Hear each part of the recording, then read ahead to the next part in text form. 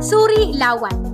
Suriin ang larawan at ipaliwanag ang mensahe sa sariling pangungusap. Narito ang isang halimbawang sagot. Ipinapakita ng larawan ng isang satirikong cartoon kung saan inilalarawan si Uncle Sam na nagtuturo sa mga bagong kolonya ng Amerika. Bilang mga batang pilit na pinapaaral sa klase, na sumisimbolo sa imperialismong Amerikano at sa pilitang pagpapalaganap ng kulturang kanluranin. Alam mo ba, sinakop ng Amerika ang Pilipinas upang palaganapin ang impluwensya nito sa Asya. Ginamit itong dahilan ang pagsabog ng barko nilang Maine sa Cuba noong Pebrero 15, 1878 na kinamatay ng 268 na tripulante. Sa Espanya nila isinisi ang naganap na pagsabog.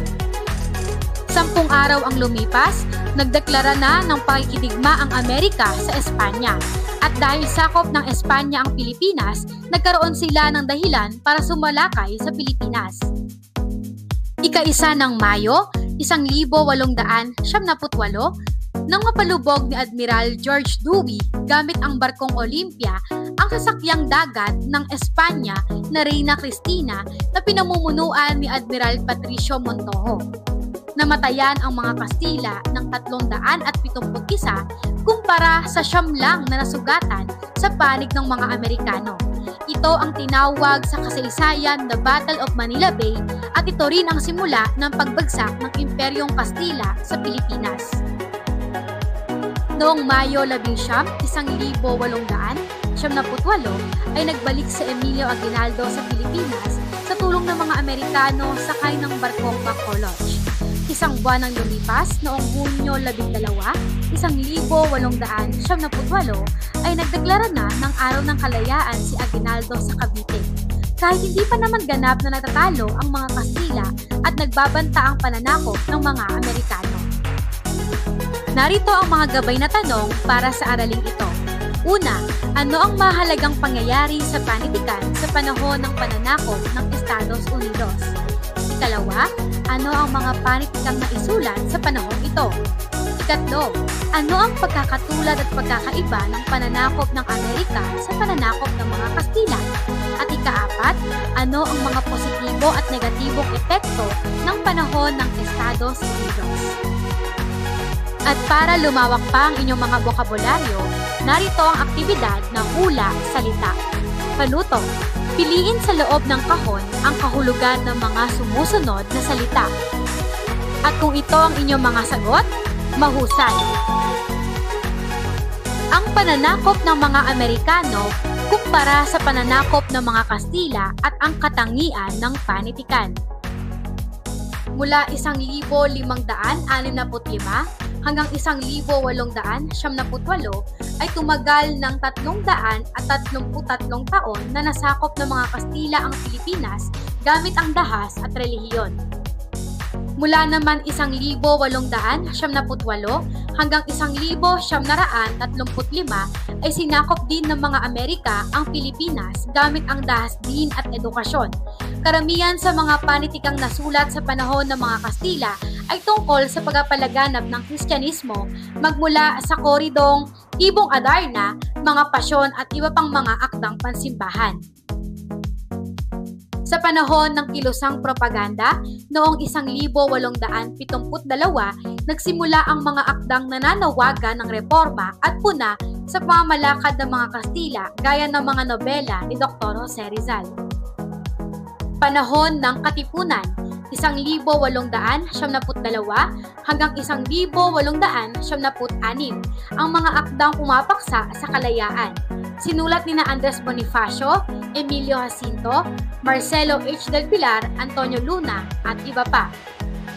Dahil inagaw ng mga Amerikano ang kalayaang abot kamay na ng mga Pilipino, hindi katakatakang ang paksa pa rin tungkol sa kalayaan ang mga nasulat na akda sa panahon ng pananakop ng mga Amerikano mula 1878. Ang mga dula tulad ng Kahapon, Ngayon at Bukas ni Aurelio Tolentino, Tanikalang Ginto ni Juan F. Abad at Walang Sugat ni Severino Reyes ay pumapaksa pa rin sa kalayaan kaya ipinagbawal ng mga Amerikano sa bisa ng Sedition Act noong 1901. Isa rin sa naging tanyag na tula ng pagtutol sa pananakop ng Amerika ay Ang Bayan Ko na sinulat ni Jose Corazon de Jesus noong 1928 at nilapatan ng melodiya ni Constancio de Guzman. Ang awit na ito ang itinuturing na pangalawang pambansang awit ng Pilipinas at naging awit protesta rin sa diktatoryang Marcos mula 1972 hanggang 1986. Isa pang tula mula naman kay Amado V. Hernandez, ang Kung Tuyo Na Ang Luha Mo, Aking Bayan, na nalikha noong 1930. Ang inawit naman ng grupong Inang Laya sa mga kilos protesta kasama ng tula ni Andres Bonifacio na Pag-ibig sa Tinubuang Lupa na nilapatan ng melodiya ni Luis Salvador noong 1979. Kung relihiyon ang ginamit ng mga Kastila upang kontrolin ang ating mga ninuno, bukod sa dahas ay edukasyon naman ang ginamit ng mga Amerikano. Noong Agosto 21, 1901, 346 na gurong lalaki at 180 gurong babae ang dumating sa Pilipinas, sakay ng US Army Transport Thomas. Nirecruit ang mga gurong Amerikano mula sa 173 paaralan at 43 estado ng Amerika para magturo sa Pilipinas. Sa pangalan ng sinakyan nilang barko, kinuha ang tawag na Thomasites. Pinalitan ng mga Thomasites ang medium of instruction mula Spanish patungong English. Ang gurong si Teodoro Acedillo mula sa bayan ng Kalayaan, Laguna, ang unang tumutol sa paggamit ng English sa mga paaralan noong 1921 sapagkat alam niyang ang motibo ng mga mananakop ay kontrolin ang puso at diwa ng mga batang Pilipino. Dahil sa kanyang pagtutol ay tinanggal siya sa kanyang pagiging guro at nang malaon ay nag-armas upang labanan ang mga pamahalaang Amerikano sa Pilipinas hanggang sa mapatay siya noong 1935. Upang supili ng apoy ng paghahangad ng kalayaan, pinaigting ng mga Amerikano ang impluwensya ng romantisismo sa panitikan. Ayon kay Rubin, ang romantisismo sa akda ay lubhang emosyonal. Malabis ang pagkamoralistiko, sadyang sumusumang sa hindi kayang abutin ng isipan, dumadakila sa kagandahan at kapangyarihan ng kalikasan, gumagamit ng matayog na imahinasyon o guni-guni at bumabandila ng tungkol sa kalayaang sarili. Bukod sa paggamit ng English, ipinakilala rin ng mga Amerikano ang iba pang anyo ng sining sa larangan ng musika, sayaw, teatro, pelikula at iba pa, habang sinusupil ang mga akdang tungkol sa kalayaan at ibinibilanggo ang mga manunulat ng dulang protesta. Ipinasara rin ang mga pahayagang nagpapakita ng simpatsya sa mga progresibo at revolusyonaryo tulad ng La Independencia, El Renacimiento, El Nuevo Dia at marami pang iba. Panitikan bilang protesta sa pananakop ng Amerikano.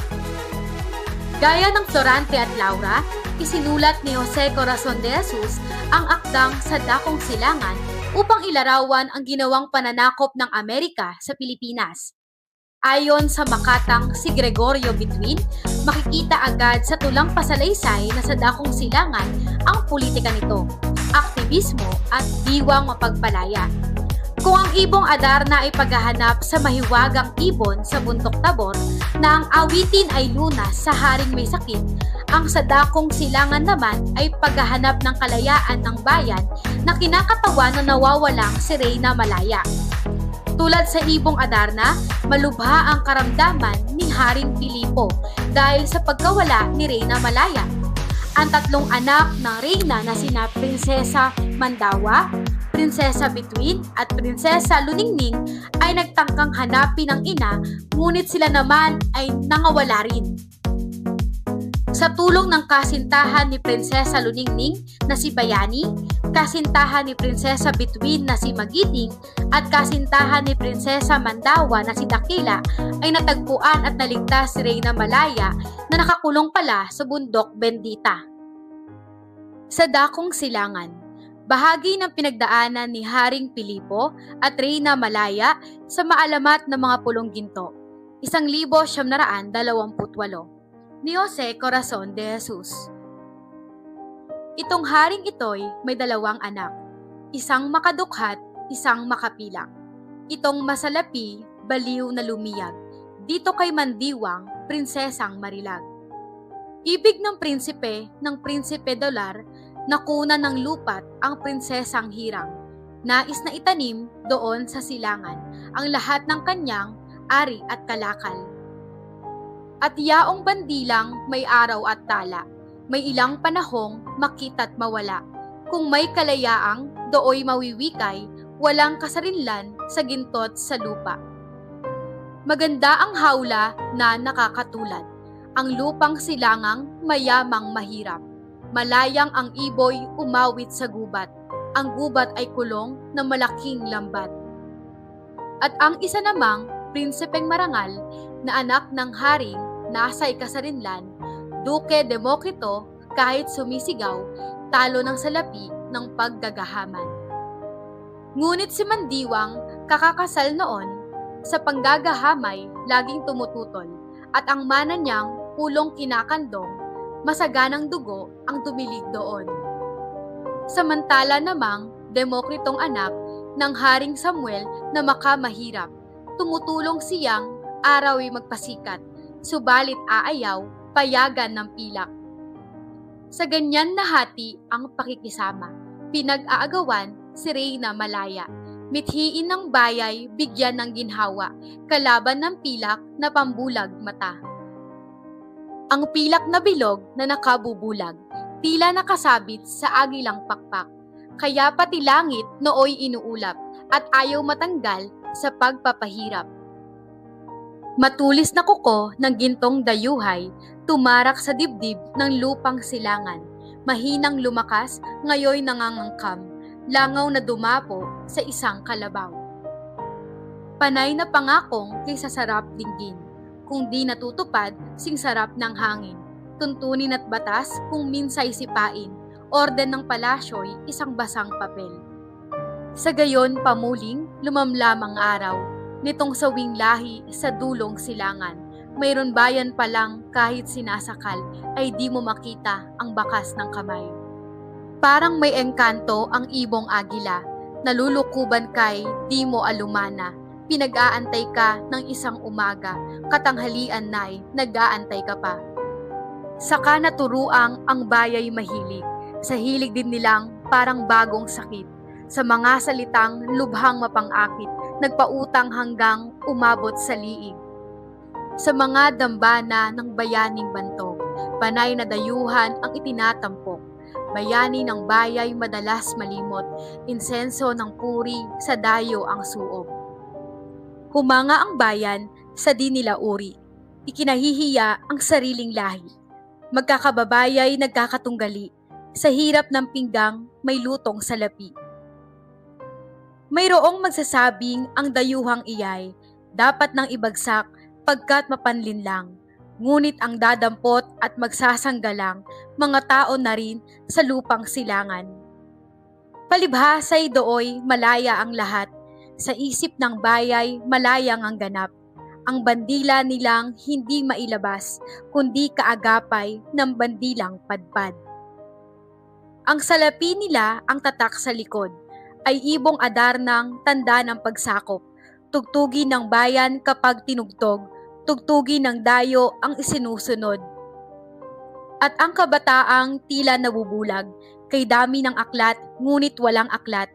Libo-libong aral, laksa-laksang pilak, paglabas sa templo'y dayuhan ng utak.